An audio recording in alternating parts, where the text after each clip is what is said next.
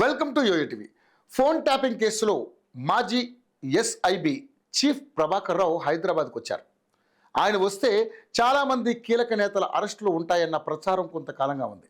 స్వయంగా సీఎం రేవంత్ రెడ్డి ప్రభాకర్ రావు, శ్రవణ్ రావు అనే నిందితులు విదేశాలకు పారిపోయారని, వారు వచ్చిన వెంటనే కేసీఆర్, కేటీఆర్ అరెస్టులు ఉంటాయని ప్రకటించారు. వారు రాకుండా బీజేపీ అడ్డుపడుతుందని ఆరోపించారు. ఇప్పుడు బీజేపీ సహకరించిందో లేక చట్టం ప్రకారం ప్రాసెస్ జరిగిందో కానీ శ్రవణ్ రావు కొంతకాలం కిందటే వచ్చేశారు. ప్రభాకర్ రావు తాజాగా ల్యాండ్ అయ్యారు. మరి ఫోన్ ట్యాపింగ్ కేసులో ఆధారాలు ఉన్నాయా? ఏవన్గా ప్రభాకర్ రావు, కేసీఆర్, కేటీఆర్ పేర్లు చెబుతారా?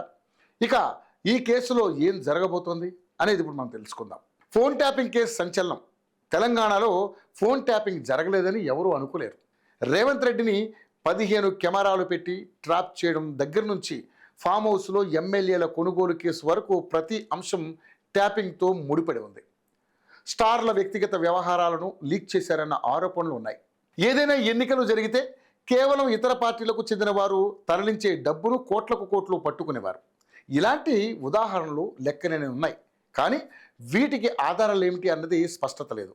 ఎందుకంటే హార్డ్ డిస్క్ ఆధారాలను ఎన్నికల ఫలితాలు రాగానే ధ్వంసం చేశారని పోలీసులు చెబుతున్నారు. దేశంలో ఇప్పటి వరకు ఫోన్ ట్యాపింగ్ ఆరోపణలు చాలాసార్లు వచ్చాయి, కానీ నిరూపించిన సందర్భం ఒక్కటి కూడా లేదు. ఇప్పుడు కూడా తెలంగాణలో ఫోన్ ట్యాపింగ్ నిరూపించడం అంత తేలిక కాదు. అధికారికంగా అన్ని అనుమతులతో చేసే ఫోన్ ట్యాపింగ్ పూర్తి కాన్ఫిడెన్షియల్.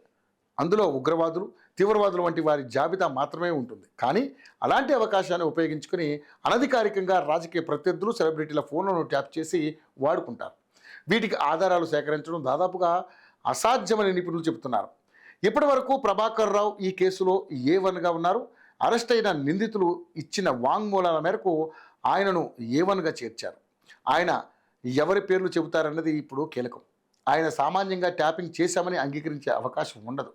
కేసీఆర్, కేటీఆర్లకు వ్యతిరేకంగా వాంగ్మూలం ఇచ్చే ఛాన్స్ కూడా ఉండదు. మరి ఇప్పుడు ఈ ప్రభుత్వంకు కేసుకు చాలా హైప్ వచ్చినందున తదుపరి చర్యలు తప్పనిసరిగా తీసుకోవాల్సి ఉంటుంది.